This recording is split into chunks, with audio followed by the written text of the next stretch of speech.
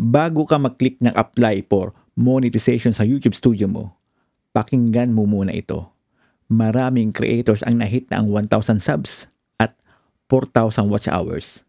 Tapos, super excited mag-apply sa YouTube Partner Program. Nag-apply sila, naghihintay sila. Tapos, ang natanggap nila ay rejection email. Ang totoo, ang maabot ang requirement ay hindi garantiya ng approval. May mga channel na kompleto ang lahat ng numbers, pero tinanggihan pa rin ng YouTube. Nag-research ako kung bakit nangyayari ito at may natuklasan akong pattern. Ngayon, i-share ko sa inyo ang 3 dahilan ng rejection at isang checklist para malaman mo kung handa ka na ba talaga bago ka mag-apply. Chinek ko ang YouTube policies at nag-research ng mga creators na na-reject. At natuklasan ko na ang karamihan ng rejection ay nag-fail sa 3 kategory. Una, repetitive content. Isipin mo na ang YouTube ay isang quality control officer ng isang factory.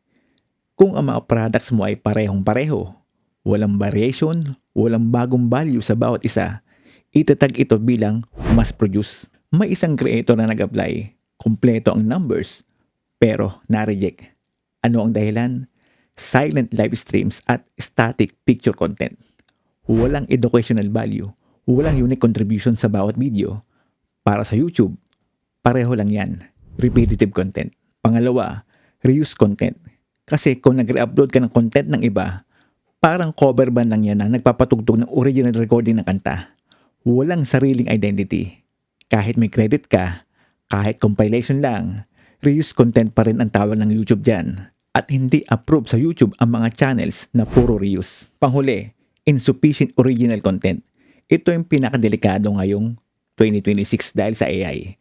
Maraming gumagawa ng videos using AI. Walang mukha, walang boses, walang human commentary. Black screen with text, auto-generated voiceover. Tinatanong ng YouTube, sino ang creator dito?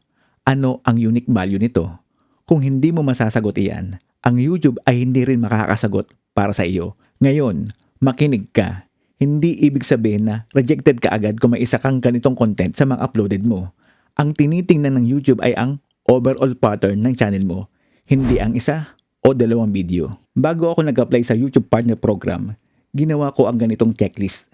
5 tanong lang, pero ito ang nagbibigay ng malinaw na picture kung handa ka na. Unang tanong, lahat ba ng videos mo ay original? Hindi lang ibig sabihin na ginawa mo. Original means ikaw ang nag-isip ng concept. Ikaw ang nag-produce. Ikaw ang nagbigay ng unique perspective. Wala kang re-uploaded na clips ng ibang creators. Pangalawang tanong, may mukha o boses ba ikaw sa bawat video? Ito yung pinakasimpleng proof ng originality. Kung makikita o maririnig ikaw mismo sa iyong videos, clearly ikaw ang creator. Hindi AI, hindi rin compilation. Pangatlong tanong, consistent ba ang niche mo? Hindi kailangan magkakapareho ang lahat ng videos, pero dapat may malinaw na trend. Kung ang channel mo ay puro YouTube growth tips ngayon, tapos cooking tutorial bukas, tapos travel vlog sa makalawa, magugulo ng YouTube kung sino talaga ang audience mo. Pang-apat na tanong, wala ka bang copyright strikes o community guidance violations? Para sa monetization application, dapat 0. Kahit isa lang, red flag na agad sa review ng YouTube. Panglimang tanong, may active engagement ba ang channel mo? Ang totoo, hindi lang numbers ang tinitingnan ng YouTube.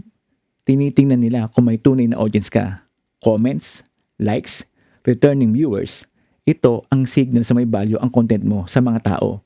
Kung kompleto ang numbers mo pero 0 comments sa bawat video, ang YouTube ay magtatanong kung totoo bang may audience ka. Ipapakita ko sa inyo ang actual checklist ko gamit ang sarili kong channel. May original videos na 25 videos, lahat original. May mukha at boses ako sa bawat videos. Consistent niche, YouTube growth tips para sa mga Filipino creators. Copyright strikes at violations, 0. Active engagement, currently, meron tayong more than 2,900 subscribers at more than 85,000 total views. Active ang comments sa bawat video.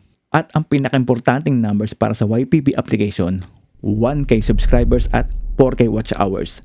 Lahat yan, na-meet ko ng requirement.